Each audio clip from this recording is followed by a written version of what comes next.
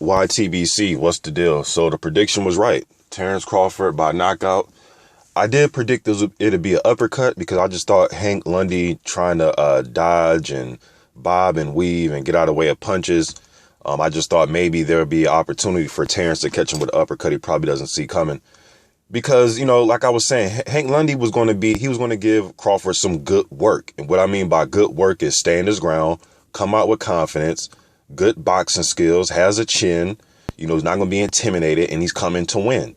Therefore, he's going to give him some good work. And he gave him some good work early on. And something about Terrence Crawford, man, and maybe whenever he possibly loses, this may be the reason why, I'm just throwing it out there. He gets off to very slow starts. And I know, it's the beginning of a fight. You're trying to feel the other guy out as far as you're trying to get his rhythm down, his footwork, his timing, see what punches you can land frequently, see how close you can get with your jab, trying to find the range with your jab. And he started off in orthodox.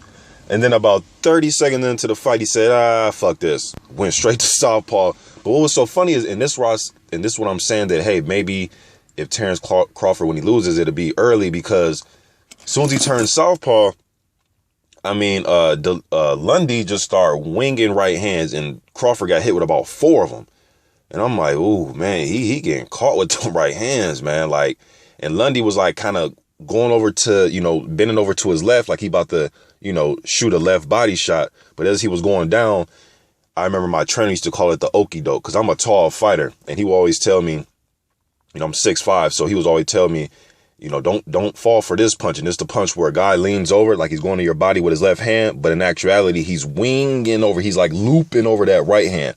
And that's the punch, like it was catching Crawford, man. I'm like, damn, he has to either yank his head back or put his glove up. And what did he do? I'm sitting there watching the fight. The next round, what did he do? He came out in southpaw with his fucking left glove, like, stapled to his chin. You know what I mean? Like, no, you're not catching no more overhand rights.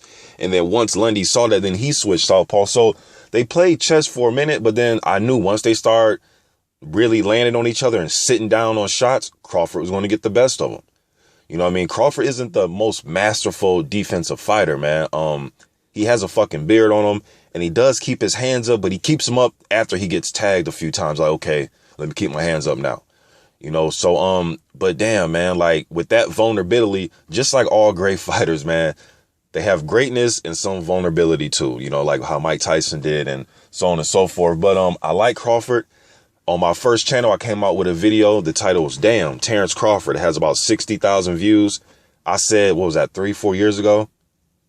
I think it was 3-4 years ago. I should have looked it up before I made this vid. But even then, it was after the Breeders Prescott fight. So whenever that was, it was the post fight. I had seen Crawford one time before that when he had little braids in his hair. Do y'all remember this dude had braids before? He had braids in his hair, like little braids on the top of his head or something. But even then I said, man, this dude is going to be at 147 when it's all said and done. And I'm going to hold true to that.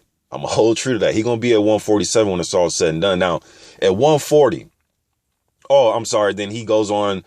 He just started beating Lundy up. He started landing shots. He wobbled Lundy, cut him, bust him up. The ref jumped in, saved it, saved Lundy. I mean, was it a little premature? Unless you wanted to see Lundy get knocked out flat on his face. I mean, he was on Queer Street in the corner, damn near, knees buckled and everything. But as far as 140 goes, Victor Postol, seen him fight a few times. Matisse, even the fight against Lundy, some other fights I've seen clips of. So awkward. Endurance, has stamina, a good jab. He can go on his back foot to get away from his opponent effectively. He has a good right hand. Upright type fighter, but he's a good upright fighter that has good legs and good stamina. He put the hurt on Matisse, made him say uncle. And he had Lundy chasing him all night. So he'll tie you up when he has to, walk you back to the ropes, land some body shots. I mean, he's real strategic what he likes to do. I'm seeing guys say, Terrence Crawford's scared of him. It's like, you know what about the YTBC sometimes, man? And this is what made me take 2.5 years off, because I joined the YTBC in 2010, and now I'm taking 2.5 years off. And no, I wasn't in jail. One dude said, man, were you locked up? If I was, I'll tell you, but no, I wasn't in fucking jail. Life, motherfucker. And just not wanting to be on this YTBC because of things like this. Terence Crawford scared of Victor Postol. Really? Really? Why? I mean, why would he be scared of him? Please inform me. You know, I mean, people were scared of Sonny Liston. You know, I mean, don't get me, and I'm not trying to shit on Victor Postol, but this is just the YTBC. The two most overused words is scared and bum. Oh, man. He's not scared of Victor Postol. I don't think Victor Postol is scared of him either. You know, I just don't. Now, if he didn't want to fight him right then, I mean, maybe he has something else planned, but he's not scared of him, dude. Like, I've seen the dude fight, man. And if he hadn't beat fucking Lucas Matisse, some of you wouldn't even be talking about him. You know what I mean? But anyways, man, I like to see him fight Postol. I like to see him fight Broner. What's the other kid named? Benavidez Jr. I remember when he was coming up and people were saying that he's going to be the next big star. You know, I mean, there's a few fights there, but the real heat's at 147. You know, if he's not trying to unify 140, just move on. Because to me, like I've said, and this isn't to duck anybody that you think that you may think I think he's scared of. No, listen to my damn video. I told you. After the Breeders' Prescott fight, I said, man, when it's all said and done, this kid's going to be at 147 soon, in a few years. And I made that video a few years ago. So, I mean, 147 is where the action is. I think he can hang with those dudes. Some people also said Provatnikov and some other names out there. You know, some people say, oh, he's waiting on Pacquiao, whoever. I just think it should be, I think, you know, he's going to be at 147 soon. I like to see the Adrian Broner fight. That's another fight I was asking for years ago.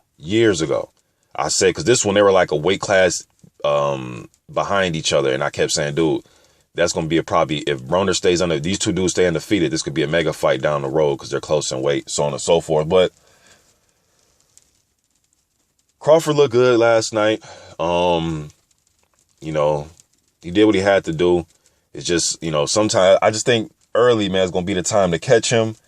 You know, but he has shown that he can be hit. You know, he doesn't have, you know, off the charts Floyd Mayweather, Pernell Whitaker type of reflexes, but he has good reflexes, a solid chin. He has good technique. He's strong. He's powerful. And he's a skinny, powerful guy. Shouts out to Jeff Cotto, man, who calls him Baby Hearns. You know what I mean? He is a skinny guy that has power. You remember how Paul Williams was a skinny guy that had a lot of work rate and a high volume? He's a Hearns type, and I do agree, like, he has, like, that crazy power. Probably not just like Hearns, but, you know, similarities to a Hearns. But he goes righty to lefty, and he switches it up. I think his footwork is a little bit better when he fights in orthodox, and I think he's ready to just bang it out and air it out when he goes to southpaw. I said this before. I want to see more Terence Crawford, just my quick post-fight video about this, but no, I don't think he's scared. I don't think anybody's scared of each other, man. Like, come on, he's gonna run from Victor Postol. That shit sounds ridiculous. I mean, if you had that skill set, would you run from anybody at that weight class? Exactly. YTBC, I'm out.